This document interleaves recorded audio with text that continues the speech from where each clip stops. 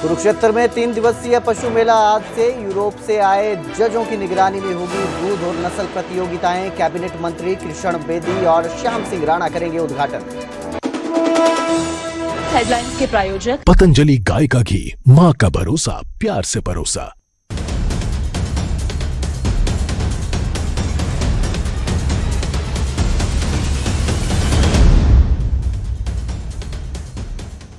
नमस्कार, स्वागत है न्यूज 18 पंजाब हरियाणा में। मैं आपके साथ कुलदीप भारद्वाज। हरियाणा प्राइम की शुरुआत करेंगे मुख्यमंत्री नायब सिंह सैनी के साथ। मुख्यमंत्री नायब सिंह सैनी आज फरीदाबाद के दौरे पर हैं। इस दौरान वो प्री बजट पर अलग अलग क्षेत्रों के लोगों से चर्चा करेंगे। हरियाणा विजन 2047 के तहत सुझाव लिए जाएंगे। उद्योग जगत के लोगों से सीएम बजट पर सुझाव लेंगे। हेल्थ केयर सेक्टर से जुड़े विशेषज्ञों से भी चर्चा की जाएगी। तो नायब सिंह सैनी आज फरीदाबाद दौरे पे हैं। इससे पहले जो मुख्यमंत्री हैं वो गुरुग्राम दौरे पर भी थे और आज फरीदाबाद में पहुंच चुके हैं। ये आपकी तस्वीरों पे स्क्रीन पर आप देख सकते हैं, तस्वीरें नजर आ रही हैं। मुख्यमंत्री नायब सिंह सैनी फरीदाबाद पहुंचे हैं, बजट को लेकर फरीदाबाद पहुंचे हैं। बजट सेशन को लेकर जो है यहाँ पर चर्चा की जाएगी, सुझाव लिए जाएंगे।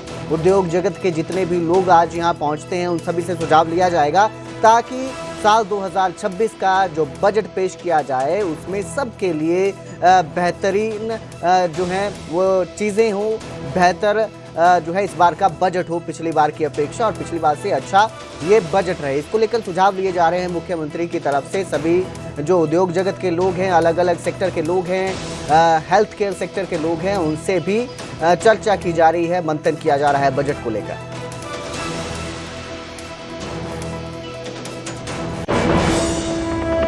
तो वहीं हरियाणा के मुख्यमंत्री नायब सिंह सैनी गुरुवार को बीजेपी नेता रणजीत गिल के पौत्र के लोहड़ी समागम में पहुंचे थे। इस दौरान सीएम नायब सैनी ने कई नेताओं के साथ भी मुलाकात की। सीएम सैनी यहां ज्ञानी हरप्रीत सिंह के साथ भी मुलाकात करते नजर आए। इस दौरान दोनों किसी बात पर खुलकर हंसते भी दिखाई दिए। तो दोनों ज्ञानी हरप्रीत सिंह और सीएम नायब सिंह सैनी एक कुर्सी पर बैठे नजर आ रहे हैं। इस दौरान किसी बातचीत पर दोनों हंसते नजर आए।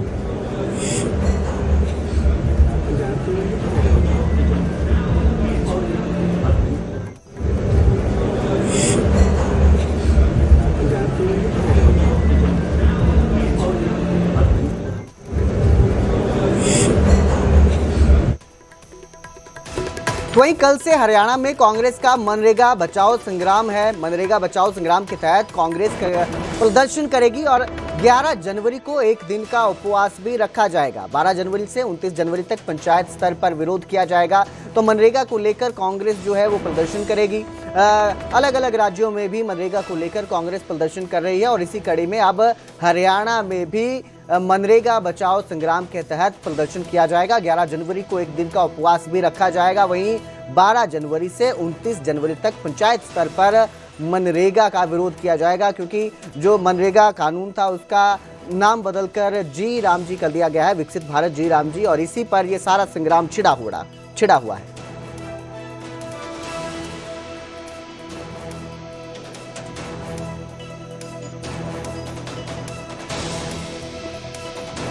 तो ये प्रदर्शन किया जाएगा कांग्रेस की तरफ से। अलग अलग राज्यों में भी कांग्रेस प्रदर्शन कर रही है। दरअसल सबसे पहले इसका नाम नरेगा था, लेकिन फिर इसमें महात्मा गांधी का नाम जोड़ा गया और इसे मनरेगा कर दिया गया। लेकिन अब केंद्र की तरफ से इस स्कीम में बदलाव किए गए हैं, संशोधन किए गए हैं और इसका जो नाम है विकसित भारत जी राम जी कर दिया गया है, जिसमें विकसित भारत गारंटी रोजगार मिशन जो है ये ग्रामीण नाम रखा गया है इसका। इसी नाम पर ये सारा संग्राम छिड़ा हुआ है और कांग्रेस का कहना है कि जो महात्मा गांधी है उनका सम्मान किया जा रहा था इस स्कीम के थ्रू, लेकिन बीजेपी जो है उनका नाम हटाकर जो है उनका जो योगदान है उसे खत्म कर रही है और यही संग्राम की वजह बना हुआ है और इसी को लेकर अब कांग्रेस प्रदर्शन करेगी।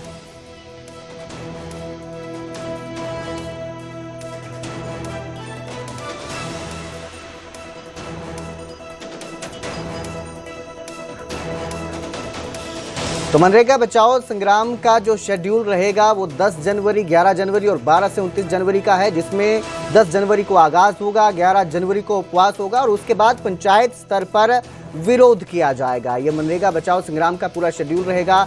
जिस तरह से हरियाणा में कांग्रेस प्रदर्शन करेगी, इसका ये शेड्यूल है। वहीं 30 जनवरी को वार्ड स्तर पर धरना होगा, 31 जनवरी से 6 फरवरी तक जिला स्तर पर धरना दिया जाएगा, 7 से 15 फरवरी विधानसभा का घेराव किया जाएगा और 16 से 25 जनवरी को भी विरोध किया जाएगा। तो ये सारा जो है कांग्रेस की तरफ से शेड्यूल तैयार किया गया है, तैयारियां की गई हैं कि किस तरह से मनरेगा को लेकर प्रदर्शन किया जाएगा। कांग्रेस के मनरेगा बचाओ संग्राम पर बीजेपी ने भी पलटवार किया है और कांग्रेस के पास अब मुद्दे नहीं बचे हैं, ऐसा बीजेपी का कहना है। उन्होंने कहा कि राम नाम के नाम से कांग्रेस को एलर्जी है, ऐसा बीजेपी का कहना है, क्योंकि जो मनरेगा का नाम बदला गया है वो विकसित भारत जी राम जी किया गया है और अब इसी पर ये सारा संग्राम छिड़ा है। और अब बीजेपी का कहना है कि जो कांग्रेस है उसे राम नाम से एलर्जी है। बड़ा बयान है बीजेपी का, भी बड़ा पलटवार है, ये सामने आया है। भी राम जी इस मूल सिद्धांत पर आधारित है कि रोजगार और विकास अलग अलग नहीं देखा जा सकता। जहाँ पर रोजगार होगा तो वहाँ पर समुचित विकास भी गांव का होना चाहिए। ये उस सिद्धांत पर लागू है। ग्रामीण परिवारों को दीर्घकालिक आजीविका सुरक्षा देना, टिकाऊ और उच्च गुणवत्ता वाली ग्रामीण एसेट्स का निर्माण करना कि उनको आजीविका के साथ साथ गांव की कोई एसेट क्रिएट हो, गांव का कोई डेवलपमेंट, कोई विकास का खाका खींचे। ये अभी हम गांव में जाते हैं, जब किसी से मिलते हैं तो क्या कहते हैं, जय राम जी की, राम राम जी। अब इसमें बरकत है। आप भी पहली बात जब शुरू करोगे तो किसके नाम ले से शुरू करते हो? राम राम। अब राम राम के नाम से कांग्रेस को तो एलर्जी है। अब जैसे पहले राम सेतु की बात आई थी, भाई राम सेतु तो है ही नहीं, राम है ही नहीं। अब हम कांग्रेस वालों से पूछते हैं, जब कोई स्वर्गवास हो जाता है, पीछे लोग क्या बोलते हैं? राम नाम, यही बोलते हैं ना, या कोई सोनिया गांधी बोलता है? देखिए, नाम बदलने का इसका विकसित भारत का एक प्राइम मिनिस्टर ने एक स्लोगन दिया है कि हम 2047 तक जब आज़ादी के 100 वर्ष पूरे होंगे तो इस राष्ट्र को दुनिया का सबसे विकसित देश बनाना चाहते हैं। और देश के अंदर जो भी स्कीम चल रही है, हमने वंदे भारत ट्रेनें चलाई हैं, प्रधानमंत्री जी के आह्वान के ऊपर नए एयरपोर्ट बने हैं, नए एम्स बने हैं, नए नए IIT बने हैं, IIM बने हैं, और आप देख रहे हो रोड का तो इतना बड़ा स्ट्रक्चर आया है। तो पूरे भारत की एक आत्मा की हमारा एक ही संकल्प है कि हम 2047 को विकसित भारत के रूप में देखना चाहते हैं। इसलिए पूरा देश एक संकल्प के साथ आगे बढ़े, इसके पीछे का उद्देश्य ये है। तो वहीं आज से हरियाणा के 2 दिन के दौरे पर हैं CGI सूर्यकांत सिंह, और सूर्यकांत जो है हिसार और हांसी में जाएंगे। CGI सूर्यकांत हिसार और हांसी कोर्ट परिसर में स्वागत की तैयारियां की जा रही है। पैतृक गांव पेटवाड़ में भी उनका सम्मान समारोह है। CGI सूर्यकांत के सम्मान में स्टेट डिनर भी आयोजित किया जाएगा। CGI बनने के बाद आज पहली बार हरियाणा में सूर्यकांत पहुंचेंगे, सम्मान में स्टेट डिनर देंगे और इसके साथ ही उनके स्वागत की तैयारियां की गई हैं। पूरी तरह से बैंड बाजे के साथ स्वागत की तैयारियां की गई हैं, क्योंकि हरियाणा के ही रहने वाले हैं। हरियाणा के अपने गांव पेटवाड़ भी पहुंचेंगे और इस दौरान पहली बार चीफ जस्टिस ऑफ इंडिया बनने के बाद जब वो अपने गांव आएंगे, हांसी हिसार आएंगे, तो लोगों में भी काफ़ी उत्साह है उनके यहाँ आने को लेकर या उनके दौरे को लेकर। और उनके सम्मान में जो है सभी तरह के इंतज़ाम किए गए हैं। उनके सम्मान में स्टेट डिनर का भी आयोजन किया जाएगा।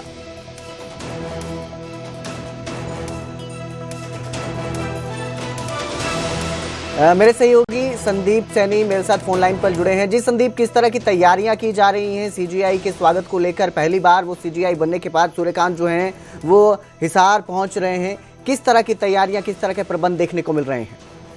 जी, आज वो करीब 3 बजे के आसपास हाथी पहुंचेंगे। हेलीपैड पे पहला उनका जो कार्यक्रम है वो हाथी बार में रखा गया है। यहाँ वकीलों के द्वारा उनको सम्मानित किया जाएगा और उसके बाद जो है हिसार बार का प्रोग्राम है और रात को जो प्रोग्राम रखा गया है, स्टेट डिनर का प्रोग्राम रखा गया है, वो हिसार के लेमन ट्री जो होटल है वहां पर रहेगा। और वहीं कल की अगर बात कर ली जाए तो कल सुबह करीब 11 बजे के आसपास नारनौंद और बरवाला जो 2 कोर्ट कॉम्प्लेक्स है उनका शिलान्यास होगा और उद्घाटन भी रखा गया है। उसके बाद उनका जो पैतृक गांव है पेटवाड़, वहां पर एक सम्मान समारोह रखा गया है, उसमें वो शामिल होंगे। जी हांसी अभी जिला बना है और ये पहला वो है, तो किस तरह के प्रबंध है वहां पर भी, किस तरह के इंतजाम देखने को मिल रहे हैं? इंतजाम कर लिए गए हैं, लोगों में उत्साह है और सुरक्षा की दृष्टि की बात कर ले तो पुलिस कर्मियों की तैनात किए गए हैं, डीएसपी तैनात किए गए हैं, आईपीएस अधिकारियों की जो अधिकारी हैं वो तैनात किए गए हैं, सुरक्षा के कड़े इंतजाम किए गए हैं। जो पहला जो वो हेलीपैड पर उतरेंगे करीब 3 बजे के आसपास, उसके बाद वो कार्यक्रम बार एसोसिएशन का रहेगा। जी बहुत बहुत शुक्रिया इस तमाम जानकारी के लिए संदीप। तो पहले ही बार सीजीआई बनने के बाद सूर्यकांत का ये हांसी हिसार का दौरा है और जब अपने इलाके का कोई व्यक्ति इतने बड़े पद पर पहुंचता है तो जाहिर सी बात है कि लोगों में भी उत्साह रहता है और उनके सम्मान के लिए सब खुले दिल से उनके स्वागत करने को तैयार हैं। हरियाणा एसजीएमसी के बजट को लेकर विवाद और तेज होता नजर आ रहा है, संग्राम बढ़ता नजर आ रहा है। दादूवाल ग्रुप के मेंबर्स को रजिस्टर न दिखाने को लेकर अब विवाद हुआ है। बलजीत सिंह दादूवाल ग्रुप के मेंबर्स ने सवाल उठाए हैं। जानकारी के मुताबिक जो दादूवाल ग्रुप के लोग थे वो कार्यालय पहुंचे और रजिस्टर चेक करने की बात कही, लेकिन इस दौरान जब उन्होंने मना कर दिया रजिस्टर चेक करवाने से तो यहाँ पर हंगामा होता नजर आया। दादूवाल ग्रुप ने एचएसजीएमसी प्रदेश कार्यालय में पुलिस बुलाई और फिर तब जाकर पुलिस ने ये मामला सुलझाते हुए हंगामे को शांत किया।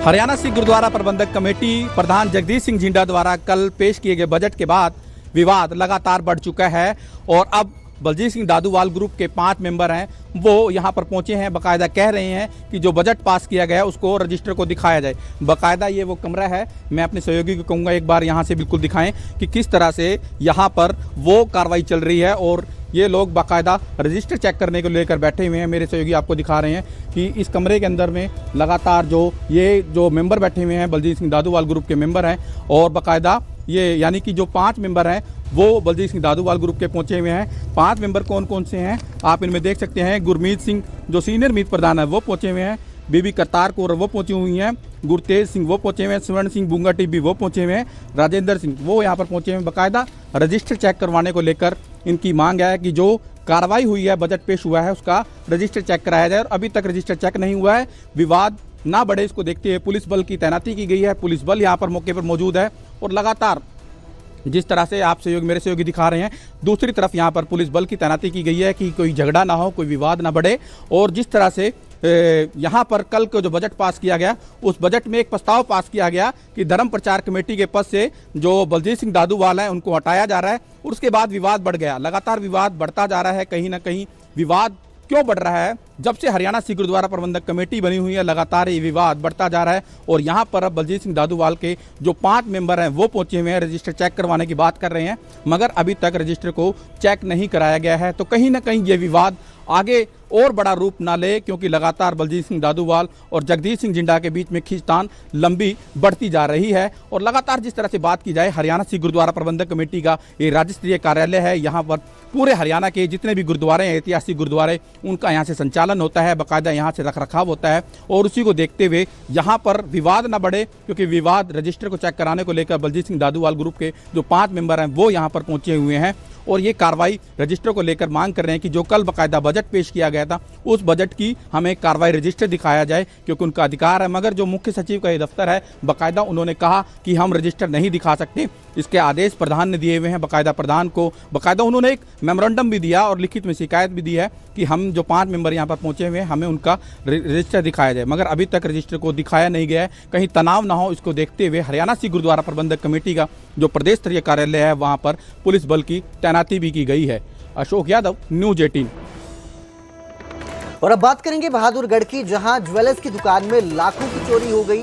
शटर उखाड़कर दुकान में 6 नकाबपोश बदमाश घुसे, 6 किलो चांदी और सोने के जेवरात चोरी कर मौके से फरार हुए। चोरी का सीसीटीवी भी सामने आया है, जिसमें चोरी की वारदात को अंजाम देते ये चोर नजर आते हैं। फिलहाल पुलिस ने जो है सीसीटीवी के आधार पर और जिस तरह से ज्वेलर्स ने शिकायत दी है उस आधार पर मामला दर्ज कर जांच शुरू कर दी।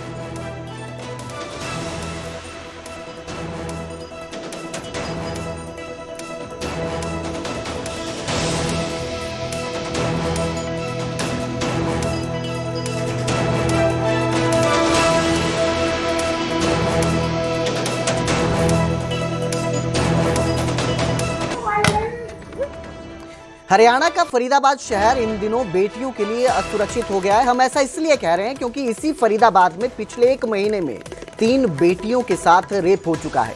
ये रिपोर्ट देखिए।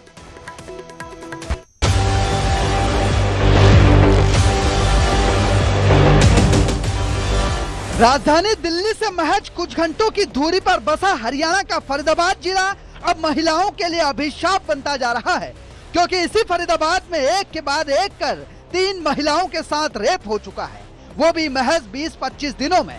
पिछले दिनों ही यहाँ एक नाबालिग महिला शूटर के साथ रेप की वारदात सामने आई है। नाबालिग शूटर के कोच ने उसके साथ ऐसी दरिंदगी की कि पीड़िता 20 दिनों तक सदमे में ही रही। ये मामला जो है दिसंबर का मामला है और जो शूटर है उसके साथ गलत हुआ है। अभी मैं जगह को भी नहीं बता पाऊंगी क्योंकि देखिए अभी मैंने आपको पहले ही बता दिया कि अरेस्टिंग पेंडिंग है, इन्वेस्टिगेशन चल रही है। तो ये मामला बिल्कुल ठीक है, दर्ज हुआ है मामला और उस पर कार्रवाई चल रही है। ये एक नेशनल गेम चल रहा था शूटिंग का, उसके दौरान मतलब जो अक्यूज्ड है वो भी आया हुआ था और जो ये महिला शूटर है ये भी आई। नाबालिग के साथ दुष्कर्म करने वाले इस कोच का नाम अंकुश भारद्वाज है। आरोप है कि कोच अंकुश ने पीड़िता को होटल के कमरे में परफॉर्मेंस पर बात करने के लिए बुलाया। वहां उसने बैग क्रैक करने के बहाने उसके साथ रेप किया और फिर धमकी दी कि अगर किसी को बताया तो उसका करियर खत्म कर देगा। ये हरियाणा के ही हैं और किसी देश बाहर के नहीं हैं और अभी हरियाणा के ही है। इनका एड्रेस भी देखिए। मैं आपको एक चीज क्लियर कर देती हूँ, मामले की गंभीरता को देखते हुए अक्यूज्ड के बारे में और जो हमारी विक्टिम है उसके बारे में मैं अभी कुछ नहीं आप लोगों को। कब तक पुलिस आरोपी तक पहुँच जाएगी? हम जल्द से जल्द पहुँच जाएंगे क्योंकि हमारी टीमें लगी हुई हैं और हम कर रहे हैं काम और जितना जल्दी होगा आपको बता दिया जाएगा। हालांकि इस मामले में अब एफआईआर दर्ज हो चुकी है और जांच भी जारी है। उधर national rifle association of India ने आरोपी कोच अंकुश भारद्वाज को सस्पेंड भी कर दिया है। लेकिन सवाल ये उठता है कि फरीदाबाद में ही महिलाओं के साथ इस तरह की वारदातें क्यों हो रही हैं? इससे पहले 17 दिसंबर को भी फरीदाबाद में एक महिला शूटर के साथ होटल में रेप हुआ था। 29 दिसंबर को एक महिला के साथ चलती कार में गैंगरेप किया गया और अब नाबालिग शूटर के साथ रेप की वारदात हुई है। बहरहाल फरीदाबाद में बेटियों की सुरक्षा और महिलाओं के साथ होती दरिंदगी की ये तस्वीरें कब तक बदलेंगी, ये तो पुलिस की कार्य प्रणाली पर निर्भर करता है। लेकिन इतना जरूर कहा जा सकता है कि फरीदाबाद में कानून व्यवस्था का हाल वाकई बेहाल हो चुका है। Bureau report, news 18 Punjab Haryana.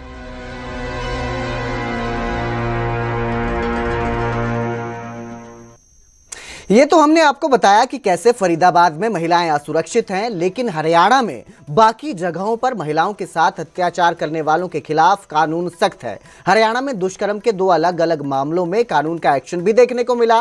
Panchkula में 4 साल की मासूम के साथ रेप करने वाले आरोपी को पंचकुला कोर्ट ने 25 साल की सजा सुनाई है। साथ ही 50,000 रुपए का जुर्माना भी लगाया है।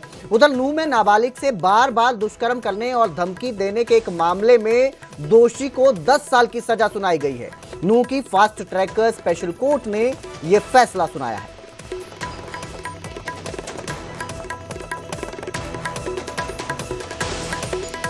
नूह जिले और अब जिक्र पानीपत का करेंगे, जहां जयदीप राठी की हत्या के मामले में नया खुलासा हुआ है। बताया जा रहा है कि जयदीप राठी की हत्या कहीं और की गई थी। जयदीप राठी इनेलो के जो अध्यक्ष हैं जिला के, उनके भाई कुलदीप राठी उनके भाई हैं, जिनकी हत्या कर दी गई थी और इसके बाद उनके शव को जला दिया गया था। इसके बाद आरोपियों ने राख और अस्थियों को नरवाना ब्रांच नहर में बहा दिया और इस मामले में अब ये नया खुलासा हुआ है कि उनकी हत्या कहीं और की गई थी, जबकि उनके शव को कहीं और जलाया गया है, जिसके बाद उनकी राख और अस्थियों को नहर में बहाया गया।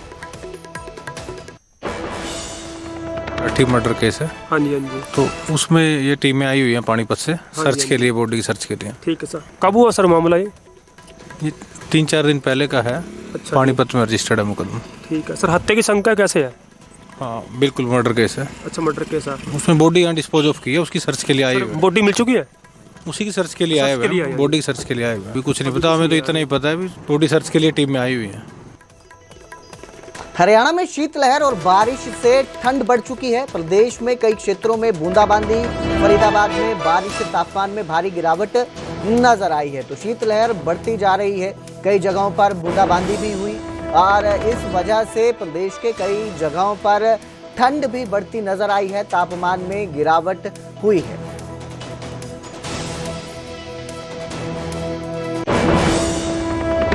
राव इंद्रजीत सिंह को लेकर राव नरबीर सिंह का बड़ा बयान सामने आया और उन्होंने कहा कि हम एक पार्टी में हैं, लेकिन विचारधारा में अंतर हो सकता है।